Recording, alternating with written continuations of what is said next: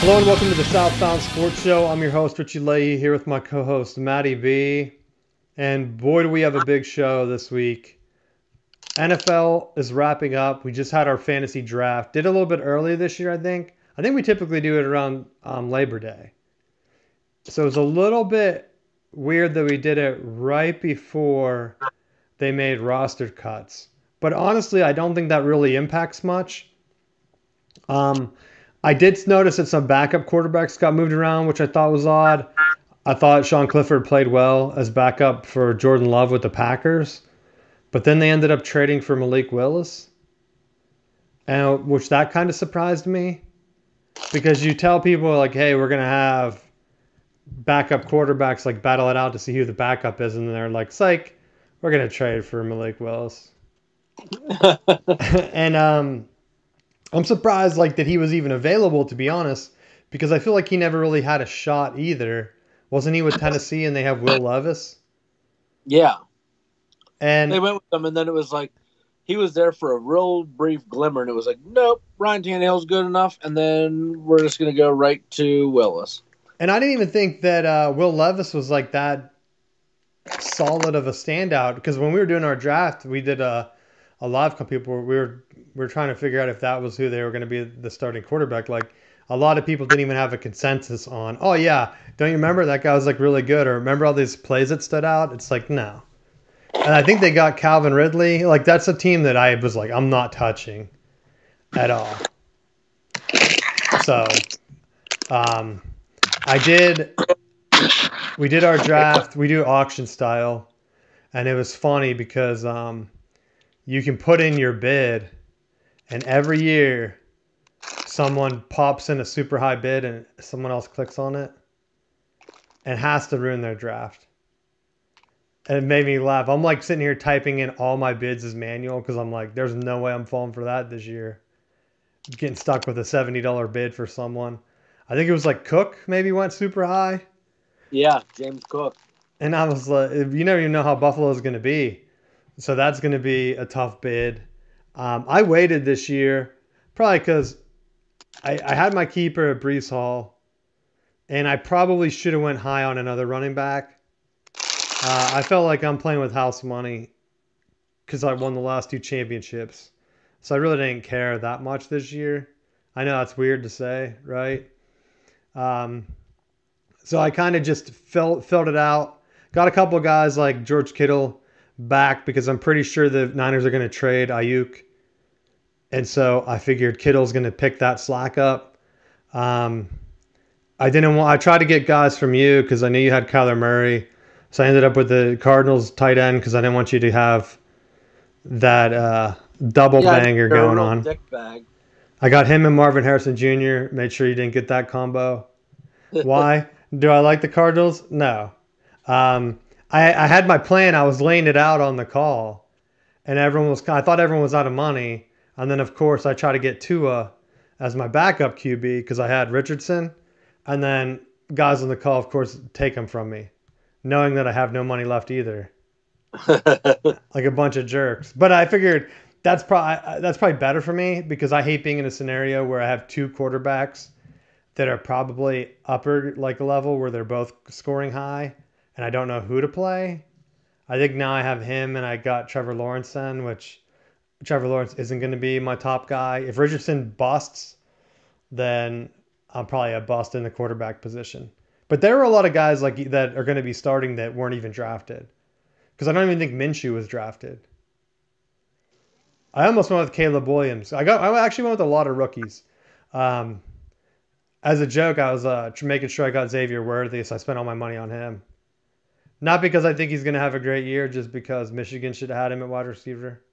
I wasn't going to let someone else take him away from me. I did draft Tom Brady again because that really brought me the championship last year, having Tom on my team to provide leadership for my guys. So the funniest thing would be if Tom Brady comes back to play for the Raiders and I just randomly have him already and leads me to another championship.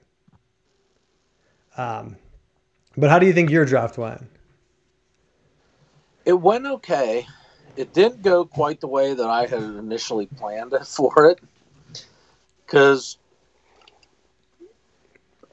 we, I had my varsity football meeting, and it ran till pretty close to noon, and then because of a sale for my daughter's cheerleading team, there was subs that we had to deliver.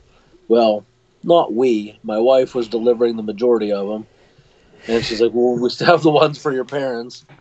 So we went up to my mom and dad's and just ended up being there, eating lunch and just hanging out. And as it got closer to the time, I was like, I wanted to be at the house for the draft, but the kids were playing, and it just time got away from us. So it ended up being where I logged in off of my phone initially to get into the draft.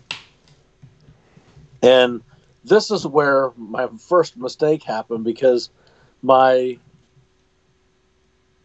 my fantasy account through ESPN is through my Verizon.net email account. Oh, wow. I've had it for so long that then when I was trying to log in off of my laptop or off of my iPad, it was trying to say I needed to have this verification code from my Verizon.net email. I had no idea even how to access that email account. So then I was like, I had to do most of the draft through my phone, and I was having a hard time finding off the mobile app who I had already drafted. So like I lost track at one point of who do I already have and what do I need to do. So I ended up with more receivers than I would have liked, and I missed out on a couple players that I would have liked to have saved money to have more of a bid on, because I mapped it out that there were a couple that I was like, I want to have these guys. Like, I thought having Marvin Harrison would be good, but I also wasn't going to spend what you ended up paying for him. It's like trying to balance that out. See, I figured $30, whatever. I didn't have high because I only had Brees for 15. My Well, but by the time he was on the board, I'd already spent so much on stupid people that I was like, crap. I spent myself short, because what I've done in years past is I felt like I need to save money towards the end, and then I end up spending like more money on guys that aren't really even that good. That's what I did.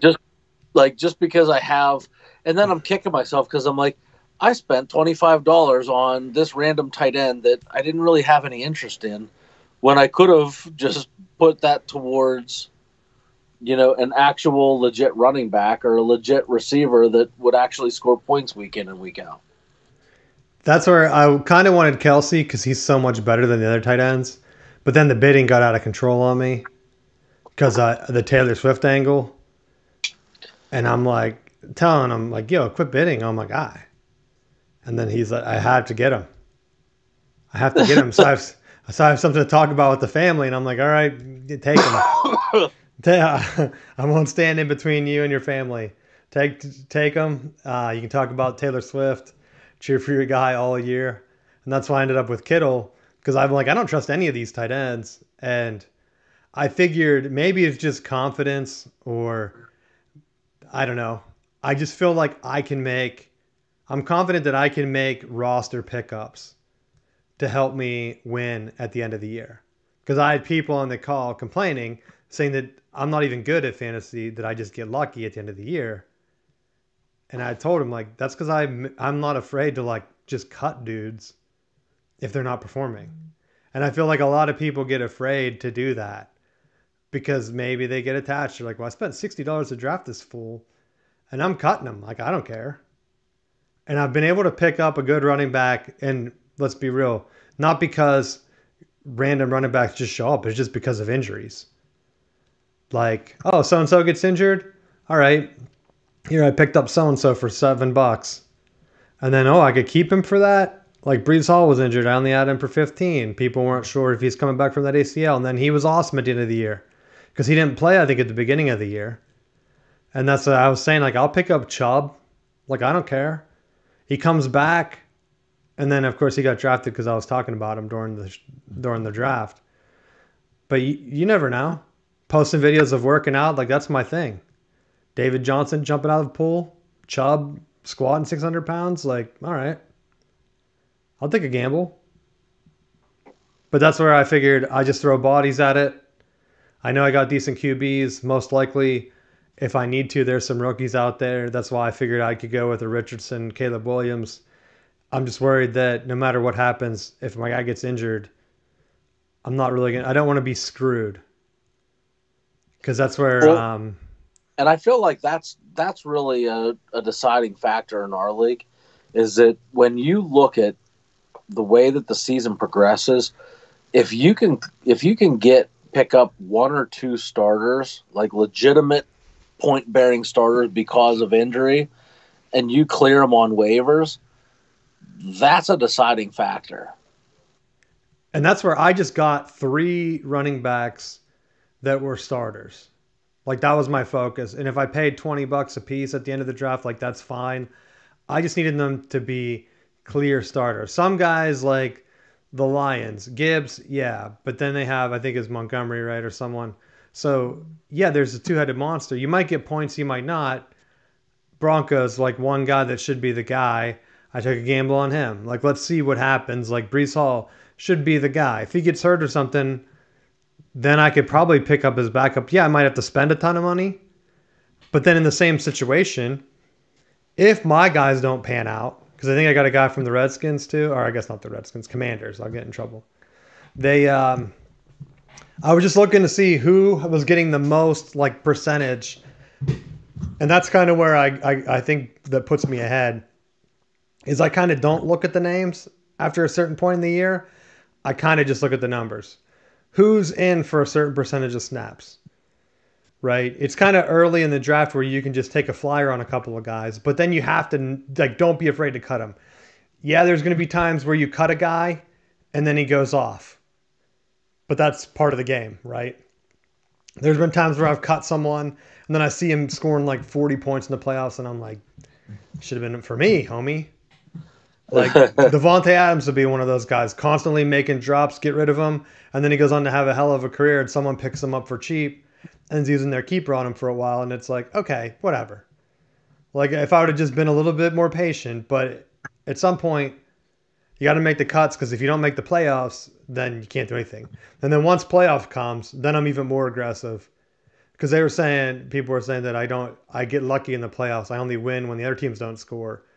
But I think I might have been the highest playoff scorer last year because I wasn't afraid to like, yo, Eckler, you're done, buddy. I'm not playing you. If you're sucking, you're done. I don't care if you're my number one guy. I'll play some other random. I think it was like Zamir White or something. Like I'll make that switch if I have to. And I think that's what the difference is. That way too is like there's so many people by the end of the year that are on waivers that have like the IR injury like designations. It's like that's a great time when the playoffs hit when most of the people are like, I'm not in it. I don't care anymore. That it's like, let's see, who can I add for $1? And then I have a keeper for next year. I know that's what you got to kind of look out for. That's where I look for that. But then sometimes you don't know. Like you can get a guy, like I had Deshaun Watson in that scenario. And then eventually I didn't even end up keeping him because I thought there's no way I can risk losing like, I think it was Eckler. Eckler won me the championship 2 years ago, and I thought I have to keep Eckler for 30. Like he's valued at like 55 or something crazy. And then this year it was like, all right, I could keep Eckler with the Redskins, and then I don't think he's going to play much, so I drafted the other Redskins guy instead. And so that's that was my third down back choice because I'm thinking Eckler was really dying at the end of the year.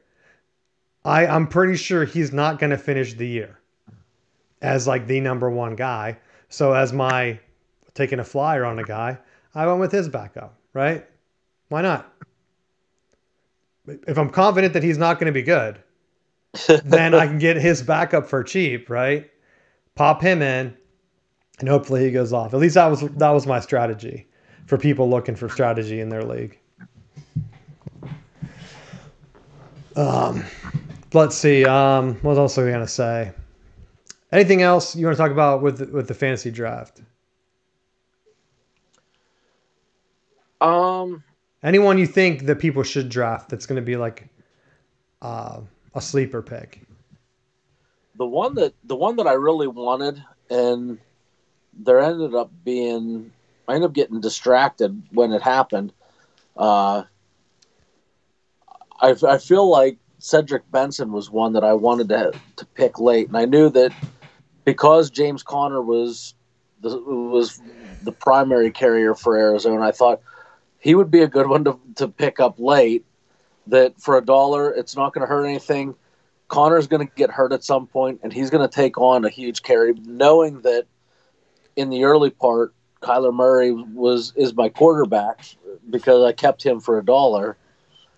That I thought, if I can't get Harrison, I can't get the tight end who are going to be projecting more yardage. At least having one of those players would have been a good match. And the afternoon got away from me. And when I went to put, like, there were two picks that I had late that I was trying to change who they had designated for me, and I couldn't get it changed. It was just like, this is who you have now. I'm like, oh, great, thanks. That one was probably my bad because whenever you nominated him, the guy that drafted Connor was like, "Yo, who even is this guy?" And I'm like, "You drafted Connor. You don't think he's gonna get hurt?" I'm like, "That's probably a good pick."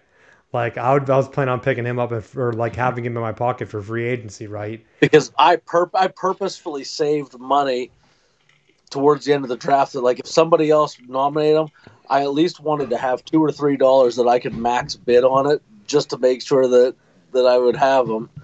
And then And I looked at, oh, crap. Like, that's why he started bidding because he had money and he was like, you know what, you're right. Why am I going to save the money and then not even have a chance at free agency if Connor goes down? I'm like, yeah, you don't know what Connor's going to do. Like, you at least get the rookie. That's why, like I said, I cut Eckler with his backup. And for a third down like thing, like that's a good chance. You're not going to get another first, like you're not going to get another lead back. You almost have to take a guy that you think is going to be in on third downs anyway. now, did we vote on the extra flex, or was that something ESPN added Do we to have the? it?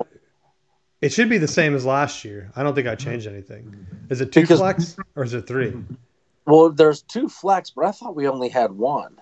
No, we had two when we changed to PPR. I think because people were complaining that they couldn't have. I think it's two wide receivers, right, and a tight end. And so if a player and two running backs, that way we switched from three wide receivers to two flexes. Like whenever it was like the second or third year when we went to PPR, I think. Because I did check because then I got a notification that it was like, yo, ESPN or someone wrote an article. They had the headline wrong, and it was like, "Hey, bye weeks through week 15." And I was like, "Are you serious? Week 15?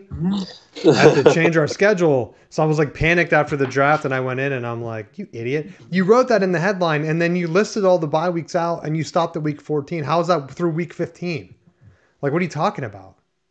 So it should be our regular season runs up through the end of the year, and then it caps like a week early because like they're always sitting people.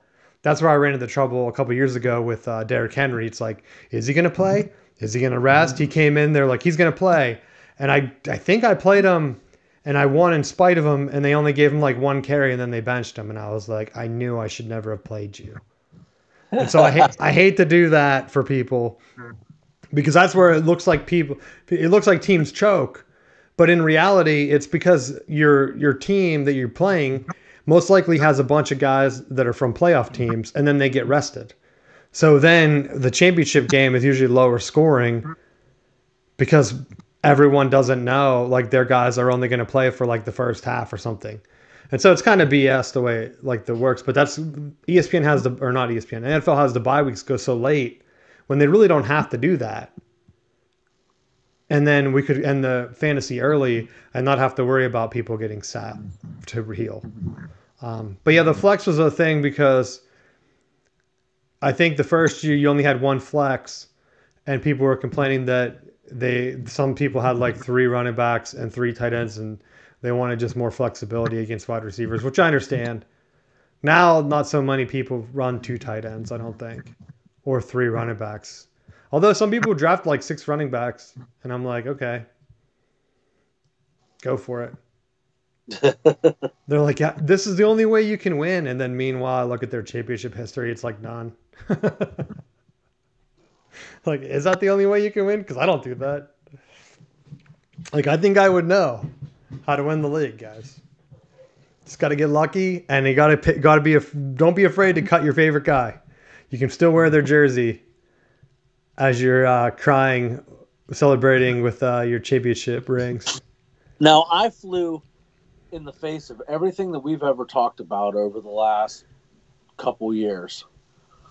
When I was doing my draft, I was looking at some of the players, and I was like, you know what? Who do I watch on Sunday?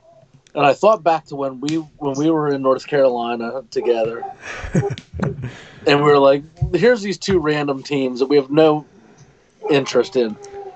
How do I make this more interesting? Oh, I'll bet on it. So then I thought for years, who am I watching on Sunday? Who's my local team? Clearly, it's the Steelers. So, I was surprised you got so many Steelers. I was thinking, like, are you drunk? Because, like, why are you drafting so many Steelers?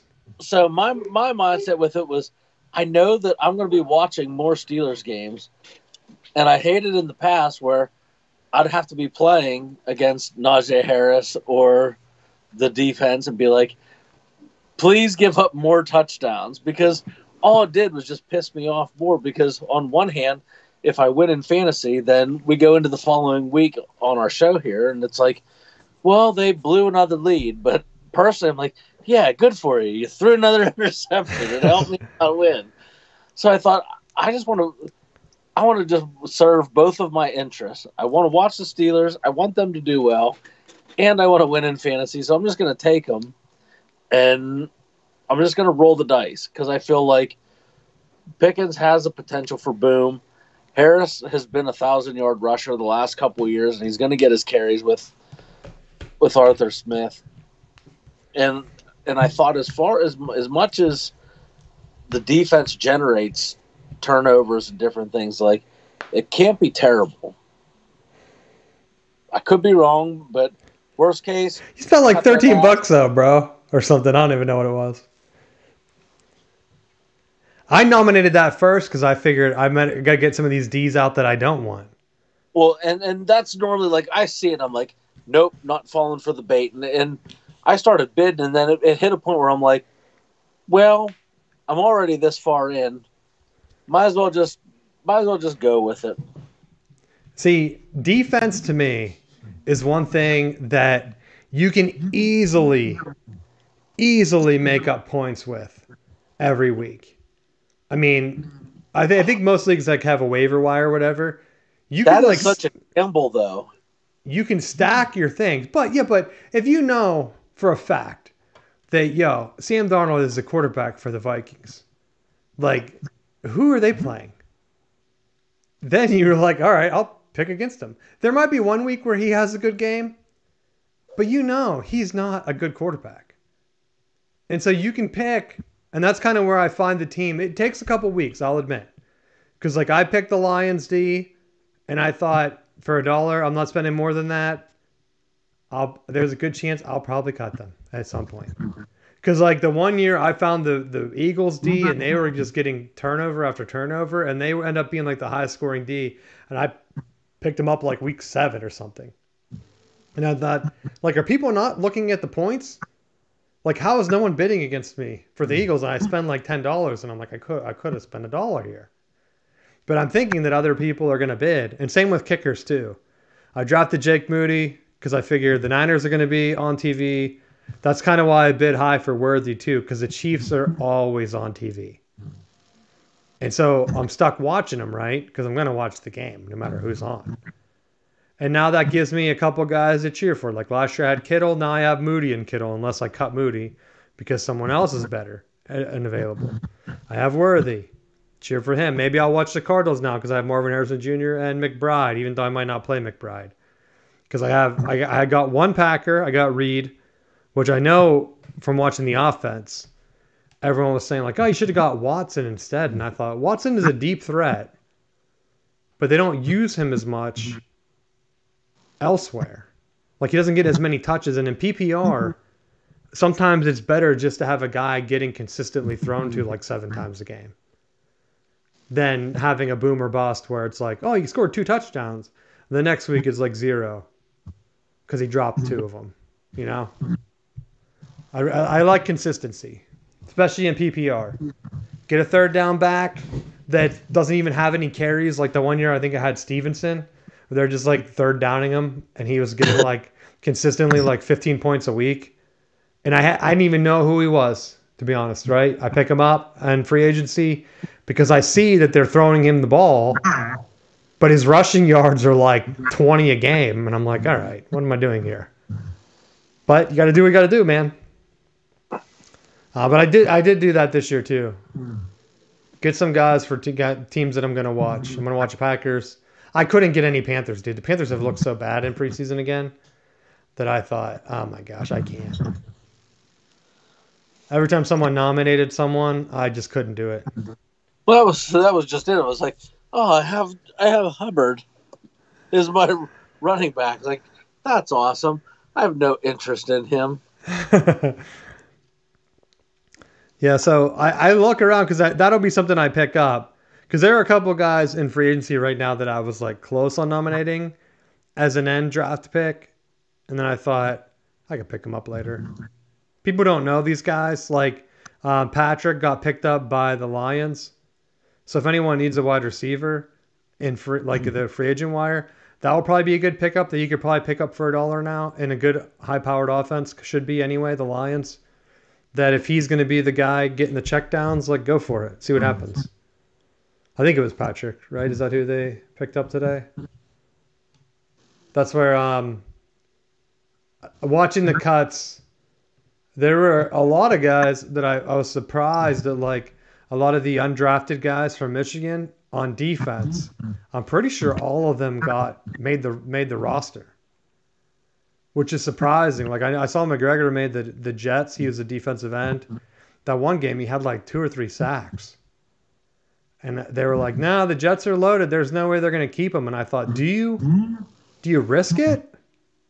If he's that dominant in preseason, pass rushing in preseason is usually something that you're either good at or you're not, right? It's not like, oh, he just had a good preseason because he's playing against scrubs. It's like you can't really teach a pass rush. The guy either has it or he doesn't. And the Jets felt the same way, I guess. But I don't think there were any like real cuts that really stood out to me as like, oh my gosh, can't believe it. It was more like a lot of vets that are just floating around that probably should have been cut a while ago. What do you think? Yeah, I kind of feel like there's a couple people that I would definitely want to take a flyer on that are on our waiver wire right now. But I don't want to go too crazy because you still want to be able to save some of that money for like that mid-season push where a big-time starter goes down and there's going to be like a high demand for the backup. Yeah, right now, what do we have? The Seahawks D is available. They play Denver. Denver has a new rookie quarterback, right? Are they going to play Bo Nix? That's probably worth a pickup, right? Don't bid on him, bro, if I'm telling you this. I'm just saying that I might bid on him. No, because I got the black and yellow. Oh, yeah. You can't pick up a new defense now because you're stuck. I can drop my man TB, pick up a new defense, and I'll be ready to go. Like, I took some guys like Dotson from the Eagles because, like, he's going to be the third down guy or the third wide receiver. And I'm like, are they going to actually use him? Right now, he's not projected to get much playing time, but that's someone like I might hold on to because if he takes off, having 2 other weapons, like wasn't it like the Raiders last year? They kept hitting like Meyer. Like Myers, he had like 10 catches a game because he was like open because like they're doubling like Devontae Adams, right? So maybe Dotson could fill that role. That's kind of why I got Nico Collins for the same thing. They brought in, who did they bring in down there? With Houston, I forget. They have like so many weapons now that it was like, oh, someone was saying, oh, you should get their third wide receiver. I'm like, no, I'd rather have Nico's big, And if they can't double him, I'm hoping that he picks up production. Maybe it doesn't pay off for me, but he was already scoring like 7 touchdowns last year. So that's in fantasy, that's like you have a 50% chance of him scoring a touchdown. I like that. That's kind of what I want to see, right? As long as 1 or 2 of my receivers get a touchdown a week, I should have a good week. But my running backs have to show up. And who knows? We'll see. We'll follow back up, and maybe I'll go through more of my roster, and if I end up making any moves, I don't want to give them away in case people listen, especially ones that are making fun of me during the draft and not knowing what I'm doing. Giving away too much intel, even though I have the Top Gun hat behind me. Anything else you want to talk about with the NFL? No. All right, you want to go first? We finally had football come back, and Florida State played Georgia Tech. How do you feel after that game? I guess it's a frustrating feel because I knew the game was on, but simultaneously our flag team had a game. So I didn't have an opportunity to sit and watch it live. And I caught the halftime score. I caught the tail end of the game. I saw the field goal by Georgia Tech to win it. It was like, well, here we go.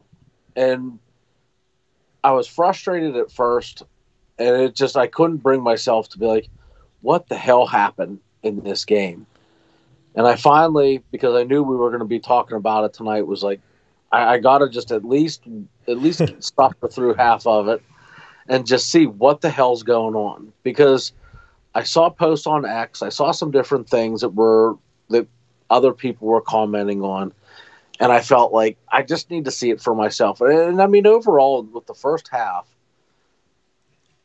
the offense didn't look terrible. Like, I was anticipating there to be a lot more, I should say, of drops, missed opportunities. Like, that was always something that their offense had, that Norvell does a really good job of scheming for teams and providing opportunities to score. Where it's always fallen short is it's like overthrow a receiver, drop a pass in the flat that's wide open, not converting downs. Like, those were things that typically have bitten them. But I felt like to walk away with the first half with 2 huge field goals, they rolled the dice on the 2-point conversion early on. Like, I felt like they were playing aggressive enough to win,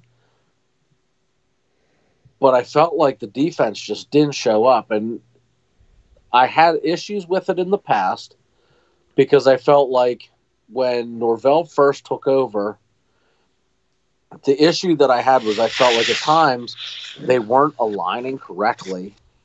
And if you can't, that's a huge chunk of your defense. If you can't just align to the formations correctly and be in a position to take things away, it's really hard to be consistent and get your team off the field. And the tackling from the linebackers was atrocious. There were so many plays where they're just running zone up the middle, and whether it's the quarterback or the running back just goes barreling down the field untouched for 10, 15 yards. It was like, what the hell are you doing?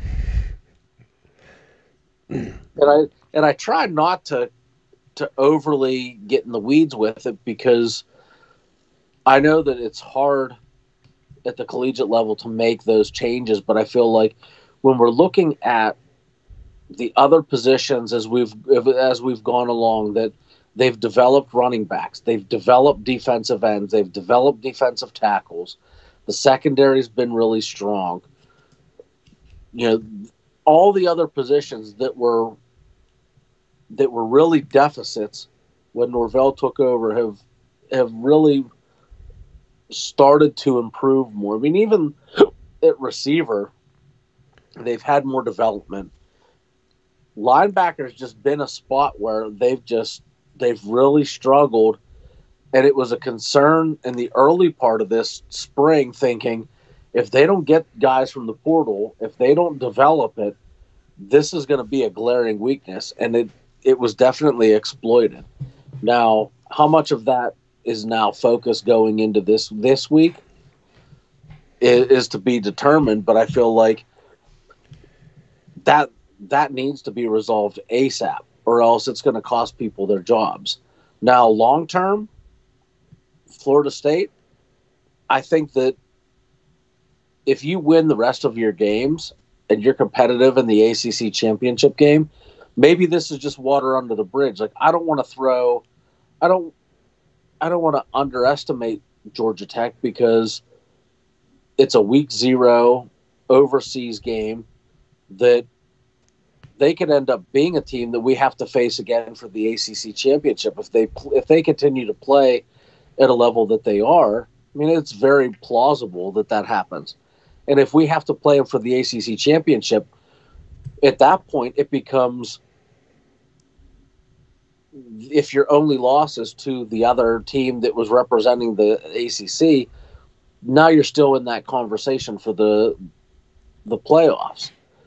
If they completely lay an egg and drop 5-6 games, that's going to be a really glaring loss at the end of the year, unless you win out and win the championship. That's where I want to see. I know I was joking with you last week because I knew Georgia Tech last year started to turn a corner. They almost beat Georgia. They had them on the ropes. And then, of course, Georgia went on to crush Florida State in the bowl game. But Georgia Tech, to me, I thought this is the year where they could upset Florida State going into the game. And they should take a stride. Like, they need to take the next step and actually be competitive in the ACC, where we see teams like kind of get up.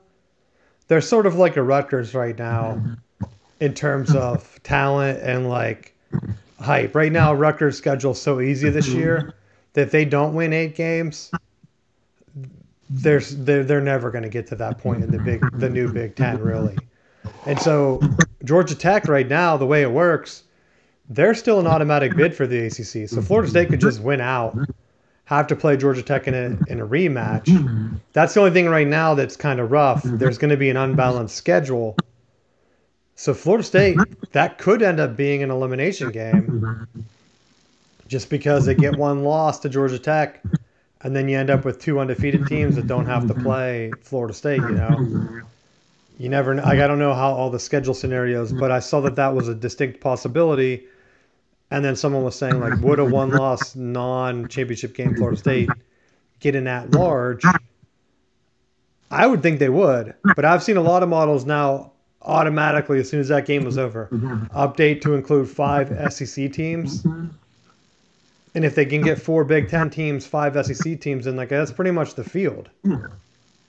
Right? You get Liberty, I think is what they've been putting in as the automatic bid.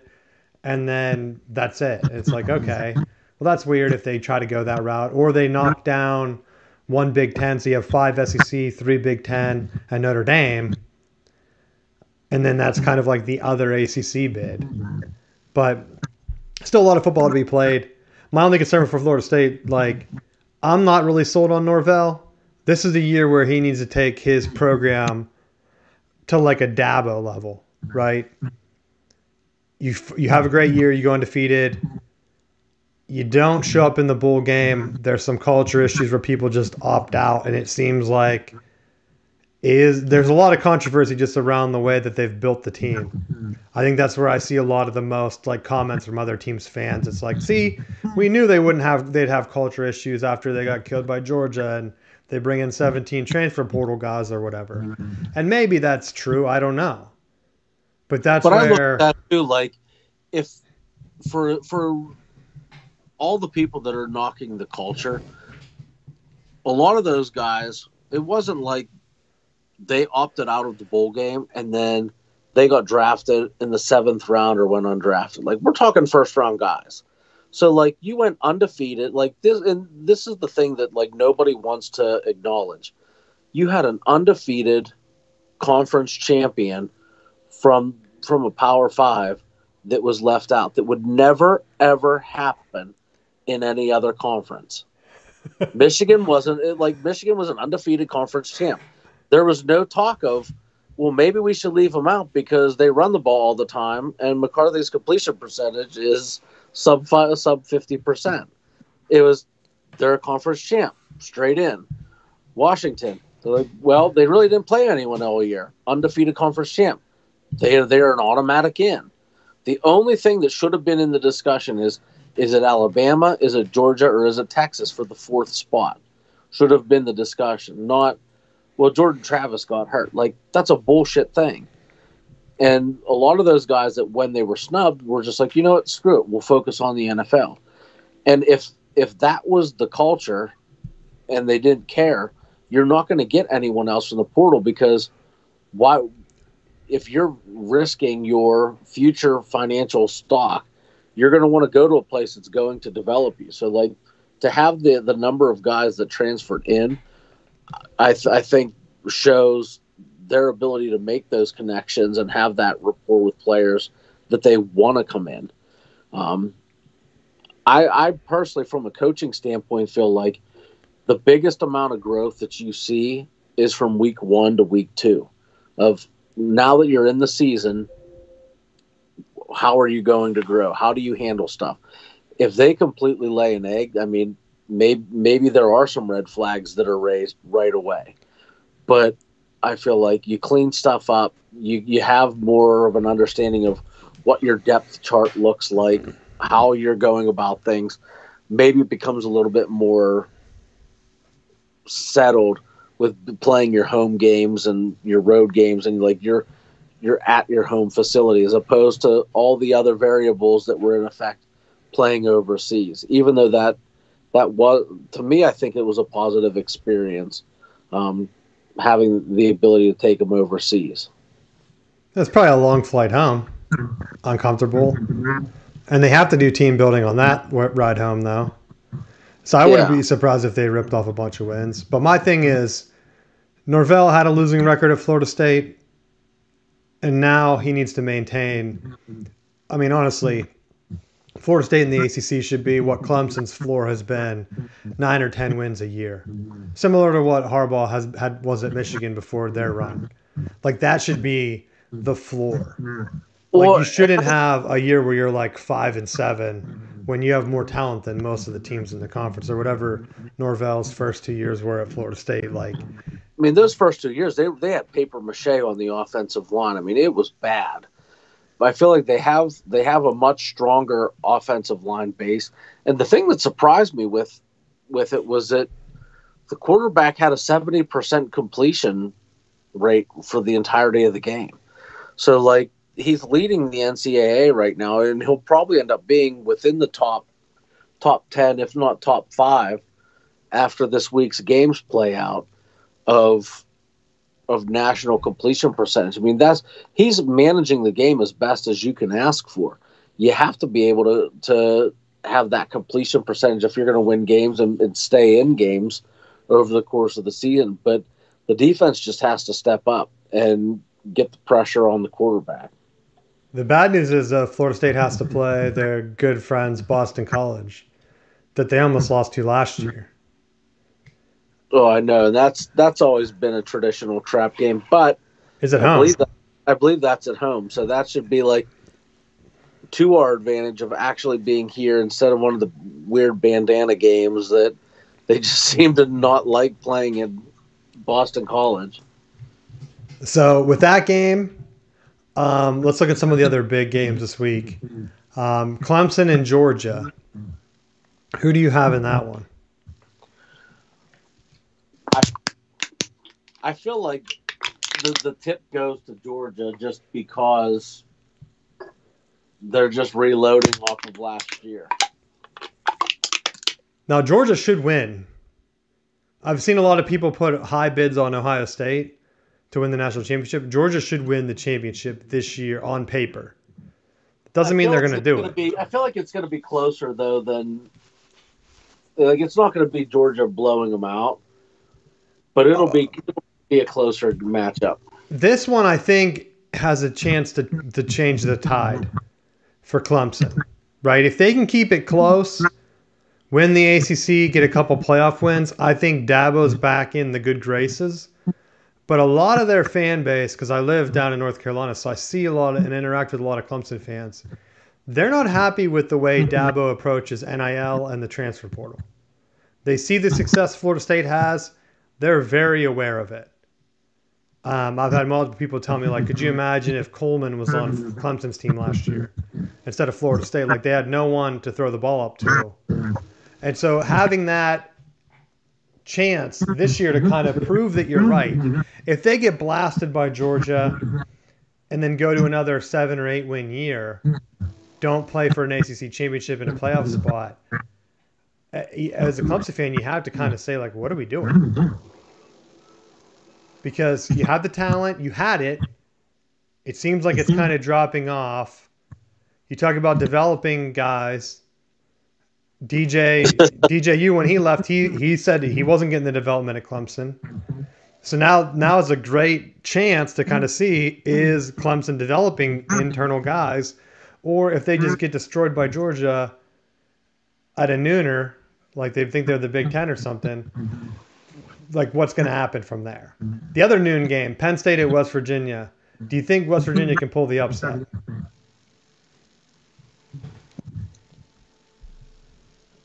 I honestly don't know. I feel like West Virginia, to me, because I know a lot of West Virginia people too. I have some family that went there. They think that they're close to turning the corner, but it's not the West Virginia of old. Like, to me, they're not doing anything innovative like Rich Rod was doing.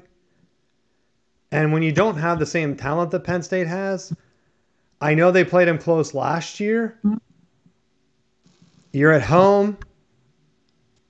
If you want to make that step up, because that's where I'm at with West Virginia. I want West Virginia to kind of be good, because I don't want the Big 12 to just kind of fizzle out. I honestly, if the Big 12 is going to stay relevant, I'd rather have it be West Virginia than, say, like a random Iowa State or Oklahoma State, if I'm being honest. I do like Mike Gundy, but let it be an East Coast, random, small school that then can just get back to like winning like they did. Heck, they played Notre Dame for Notre Dame's last national championship in like the 80s. They're relevant in the Big East, a game away from Pitt from being in the national championship again, crushing Georgia. Like, where's that West Virginia? That's what I want to come back, because then that can kind of revitalize like Pitt and some of the ACC schools too. I don't think the ACC is going to last. But if there's going to be a Power 3 conference, I would like West Virginia and some of those other schools that I grew up around, Virginia Tech, Pitt, I would like them all to be back in the same kind of conference. And I think West Virginia stepping up, taking down Penn State. I think Penn State fans would go insane. Because if you're Penn State, you watch Michigan win the national championship, you lose to West Virginia, and then there's a good chance Ohio State wins the national championship. And your team is the only one with a starting quarterback coming back. This is your year. I don't care what Penn State fans are saying about Ohio State reloading. This was supposed to be Penn State's year. Last year was supposed to be Michigan's year. They got it done. Check all the boxes. Penn State. There's no excuses. I don't care what Ohio State did paying $20 million or whatever they're bragging about. You have the starting quarterback coming back. They're taking a guy from Kansas State as their starting quarterback. I think that's who they declared as a starter. There in no galaxy, if you would have told me, oh hey, Michigan's starting a transfer from Kansas State, I would be like, oh crap, right? It's not going to be like oh yeah, great. I'd rather than be like, all right, well, like that was last year. I'd have been like, well, what happened to JJ? Right? Like, what happened to the guys we're developing all these 5-stars we're bringing in? Can't get it done? You're starting a 3-star from Kansas State instead. And meanwhile, Penn State's right there with their 5-star QB, the guy that was supposed to be the stud of college football quarterbacks. That's development, right? Penn State, are they going to be home to two of the biggest busts at quarterback, Hackenberg and then Alar? Because that is development to me, right, Matt? Yeah. I mean, you can't have two hyped up QBs. How many things did we hear about Alar like 2 years ago? And then it's like, oh, maybe he's not good. It's like, no, maybe he's not getting developed. Like if Harbaugh would have stayed at Michigan and Alar had went there and followed JJ, could you imagine the hype Michigan would be having right now? Alar wouldn't have had any game plan. He would have just been learning behind JJ, stepping in right now. Maybe Harbaugh stays. Michigan would have been the preseason #1 with everyone they have back on defense. Like that's the unknown for Michigan, and that's why with the new coaching staff, I have no excitement like for this Fresno State game. I want to see Michigan come out. If they get upset or something, it would be crazy, but it's like with all the turnover they've had, you don't know. You hope that the culture's there, but you don't know. Penn State, they have everything. They were close last year. There's no way they should lose. They played at Ohio State last year. I think they get them at home, right? I'm going to look at their schedule to be sure, because I know with the big teams, they might have moved things around. But I thought that Ohio State was flipping. Yeah, they get Ohio State at home, and that's their toughest game. They only play 2 ranked teams. The other one is going to USC. And heck, by October, USC might not even be ranked. You have one game, Penn State. One game.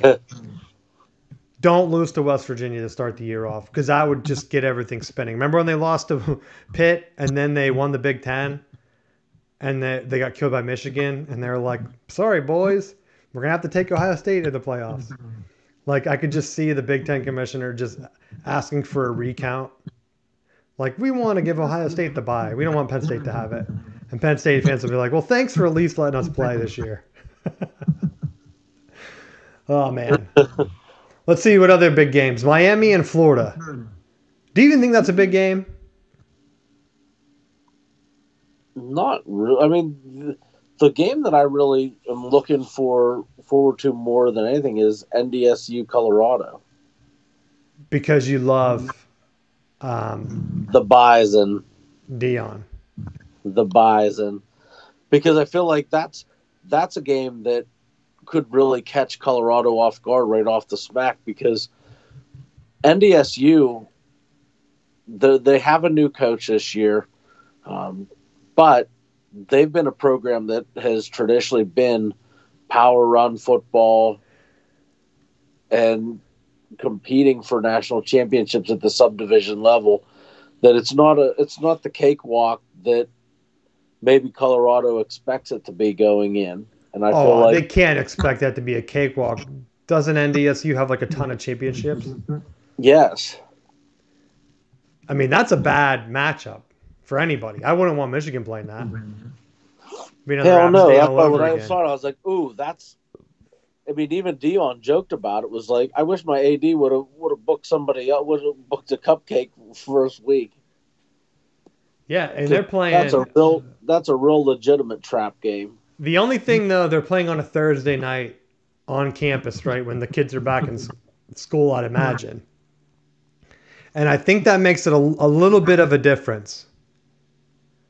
Maybe not. We'll see if they can get the upset. But I think having that Thursday night game against a team that kind of has hype this year, they're not ranked, which I thought they were, Colorado. Maybe I have ESPN college football in my head too much.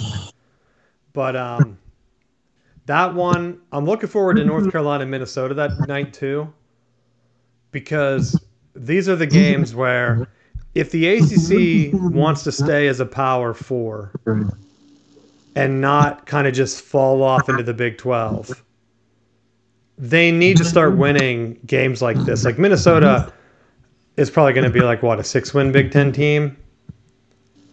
North Carolina has been hyped up every year, it feels like, except for this one. Win it and get back on top. I don't think it's going to hurt the Big Ten because no one thinks of, oh yeah, the Big Ten, Minnesota, Michigan, and Ohio State. Like, no one says that. I care about Minnesota because the brown jug, but that's it. I don't care if they could be 0-12 coming in. And if Michigan beats them against the jug, that's all I care about. Let's get the win. I'm trying to look and see. The other big game would be the USC LSU game. And that's the one where I'm saying if LSU crushes USC, their wheels could fall off faster than what people are saying Florida State's are going to fall off. Because I think it's totally different where USC has a soft defense if they start to have doubts again, lose big to LSU, get smashed in the mouth against Michigan. I think Penn State may be in back-to-back weeks or somewhere similar. They could be in for a rough year. Which is the reason I sent you. They put together the biggest busts, or not the biggest bust, the most overrated team since the playoff era. And USC is number 2 behind Auburn. You're joining the Big Ten. The Big Ten killed the Nebraska program. Which team from the Pac-12 is going to get killed in the Big Ten? That's a real thing. Well, there's only 2 teams left. So you have USC and UCLA coming in, Oregon and Washington. Which one of those 4 teams is not going to be able to compete in the Big Ten? One of them has to fall off. Right? They can't all be winners. Texas and Oklahoma are also on this list. Actually, Oregon's on this list too. And so, like, they're going into the SEC. Are they going to be able to compete? Like, I would think, to me, personally, I know Texas chokes a lot. I would think Oklahoma's going to have a rougher time in the SEC. They don't have the money Texas has.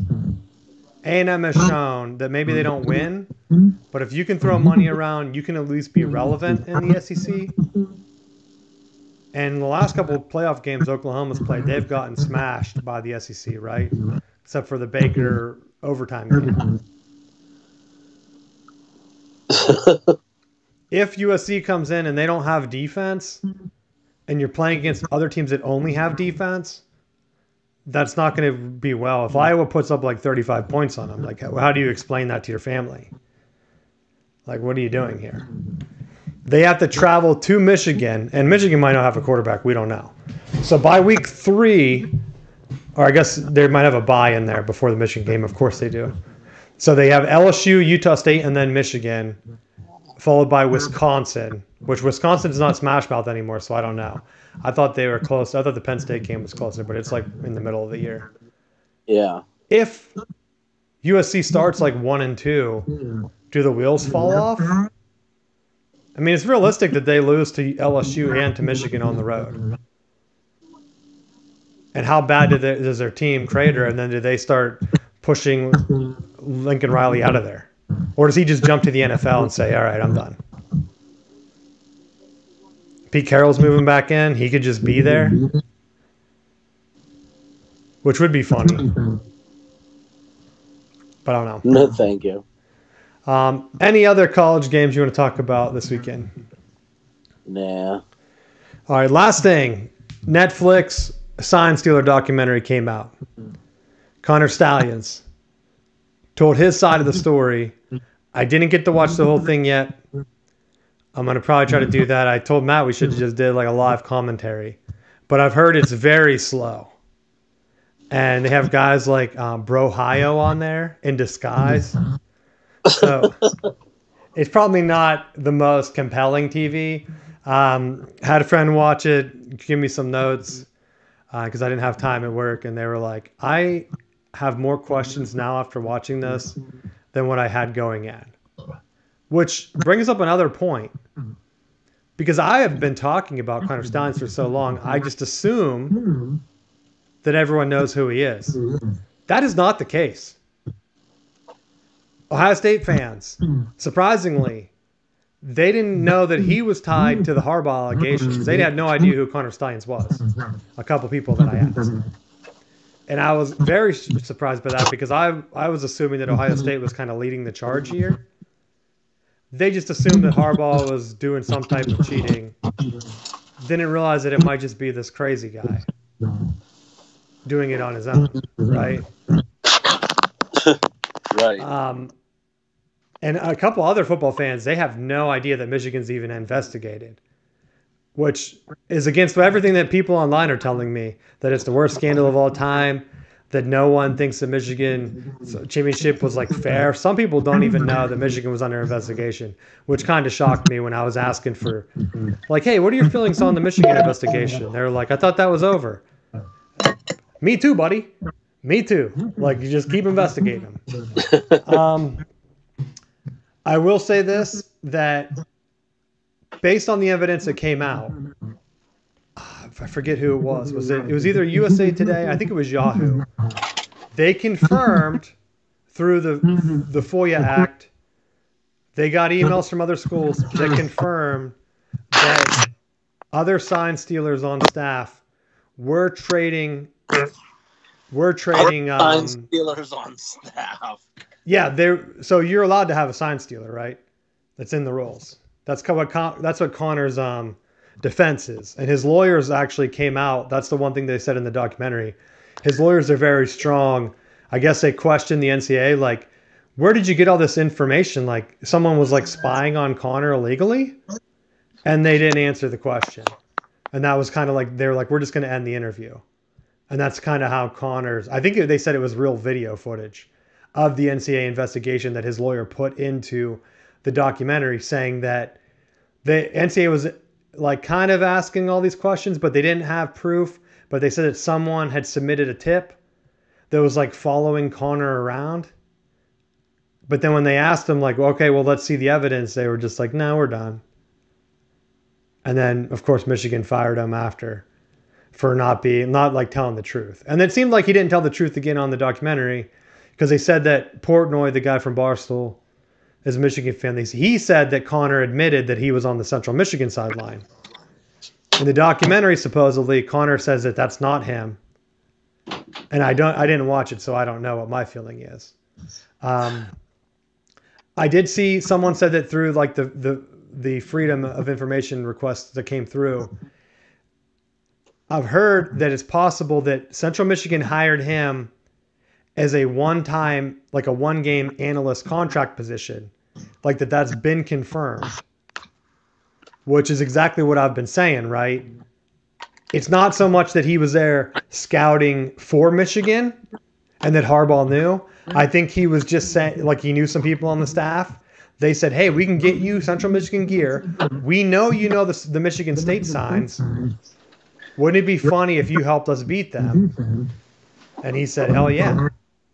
But if that's the case, they didn't do anything against Michigan State, right? They lost. And that was one of Michigan State's only wins last year. So that kind of proves the NCAA's thing in their own rule book that says that advanced scouting or whatever doesn't help you. Your guys still have to win the game, right?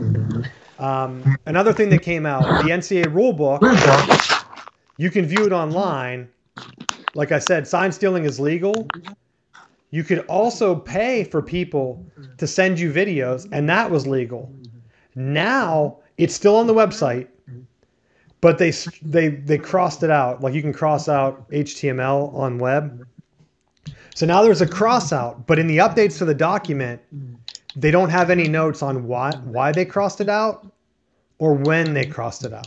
The last update is from 2002, which is over 20 years ago, saying that you could pay someone else to send you footage from games, as long as you're not the one taking it, right?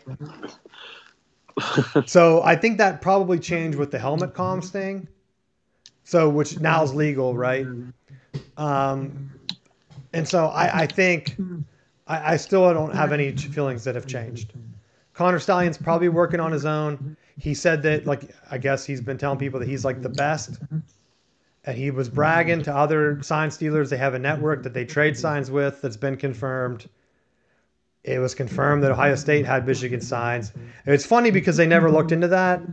And they said that they got it off TV. But the pictures of Don Brown are from the Michigan scoreboard. They never show the scoreboard in the stadium on TV. Never. That's never happened. I've never seen a game where they show the video board in the stadium, right? Have you? I don't think. Like, that's just a weird thing. Like, why would they randomly be showing... Why would the TV randomly have Don Brown on the scoreboard? For them to have these pictures that are kind of like up at an upward angle, like they're in the stands videotaping Don Brown and then sending them to Purdue, right? That's where that footage came from. Purdue got footage from, like, Ohio State, Rutgers, and someone else. I forget who the third team was. They were like, here, we want Michigan to lose, which to me is worse than what Stalions did. Had a bunch of guys come out. The other thing that came out that the NCAA was kind of banking on, it seemed like, based on the reports that people put out, they thought by now that one of the people that Connor Stalions would have paid, right? Because they said it was a vast network of random sign stealers, that one of them would have spoke up against Connor Stalions, right? No one has. Which is weird. If he's just paying random people, the NCAA is reaching out to them, and they're all every single one of them says like, no, I wasn't filming the game for him to decode signs. Isn't that a little weird? Yeah, a little bit. Because even the ESPN article, I don't know if I texted you this or who I was telling, because like I was like waiting for this documentary to drop. Michigan got their notice of allegations against Stalions on Saturday. ESPN never ran a story on it. And Thamel was in on it. He tweeted that not much has changed, and he still doesn't think Michigan's going to get punished or whatever as harshly as anything. Because it seems like it's just a rogue Stalions. The documentary seemed like it was a rogue Stalions. I figured if they had anything damning on Michigan, ESPN 100% would have had a front cover story, because all last year, Michigan was on the front page like almost every week, right, with something Harbaugh was doing. Now, what happens with Stalions, I don't know. It seems like, so he hired Manziel's lawyer. I don't know if you knew that. And they're talking about suing the NCAA for defamation, because he got a high school job. And I think the documentary / whatever that has been coming out got him fired. At least in one of the articles that I read. I think it was like the New York Times, of course. So he's saying that the NCAA has no proof. They've talked to everybody. Not one person has said that Connor paid them to film Michigan's opponents. Now he can't get a job. He's getting fired before he's even there, right? Did Manziel win his lawsuit against the NCAA, or did he just eventually drop it? I can't remember. But I thought he had a good case whenever he was. I think he made money, didn't he? I should look that up. I forgot to look it up before the show. Because if that's the case and he won, what does it say? Oh, this is all about Reggie Bush.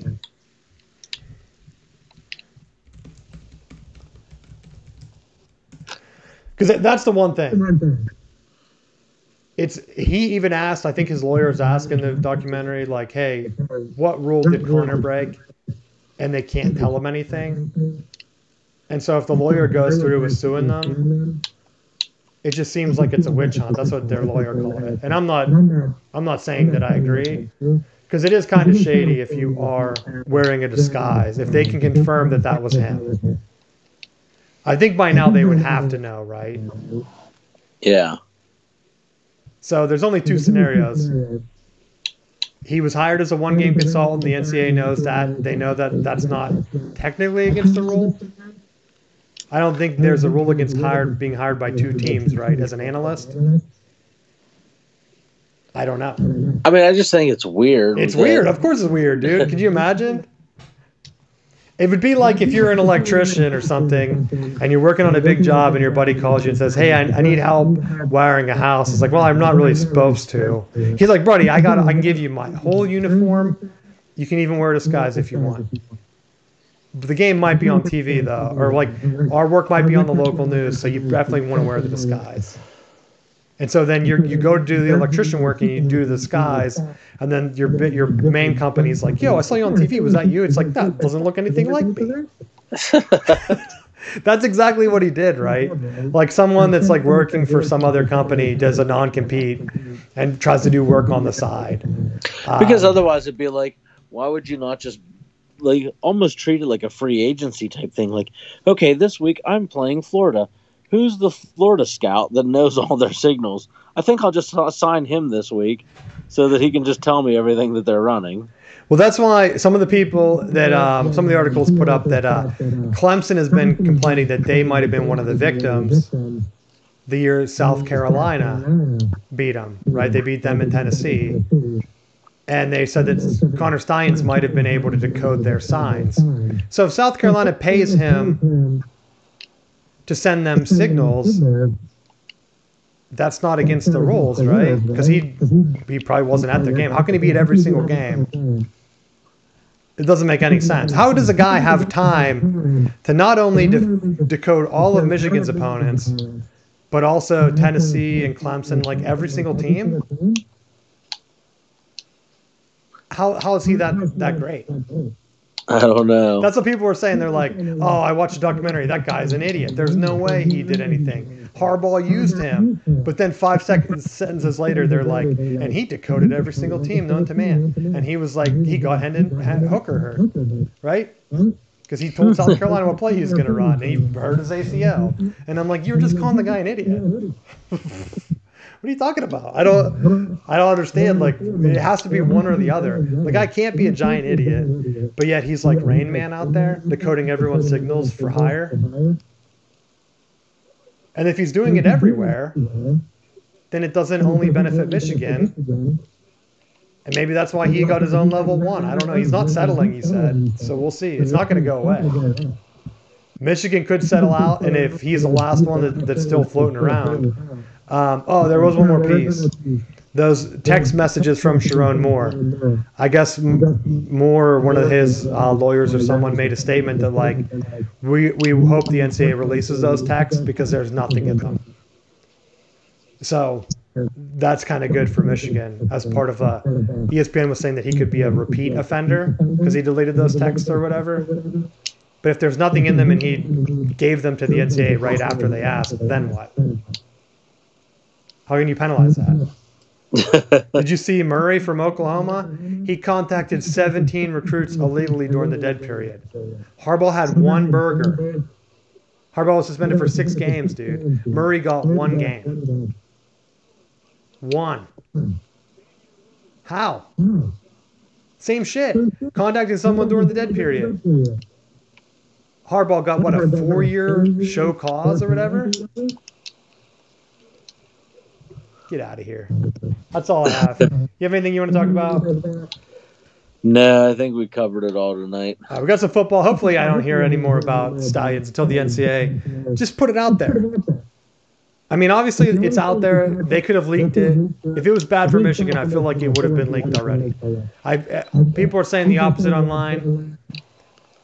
It would make so many more articles and like clicks. If ESPN's not even covering it at all, knowing that there's how many Ohio State fans, Penn State fans, Big Ten fans, SEC fans out there that would eat that up, where if it's positive for Michigan, only Michigan fans want to read that stuff, right?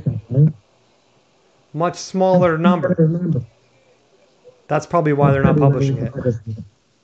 Keep it vague, talk about wild stallions, and profit. So thanks for listening. If you want to send me your take on it, go for it. We will see you next week.